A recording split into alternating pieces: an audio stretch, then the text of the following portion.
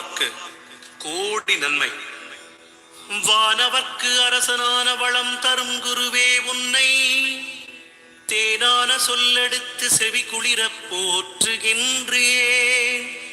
காணாத இன்பம் யாவும் காண நீ வழிவகுப்பாய். மீனமும் தனுசு முந்தன் மேலான வீடதாகும். பொன்னிறமுல்லையொடு புஷ்பராகத்தை ஏற்றாய். வண்ணத்தில் மஞ்சள் கொண்டாய். மரத்தினில் அரசை ஏற்றாய்.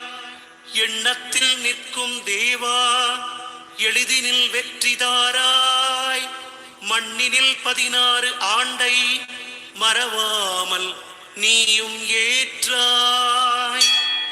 சுண்டல் நைவேத்தியத்தால் தொல்லைகள் தீர்ப்பு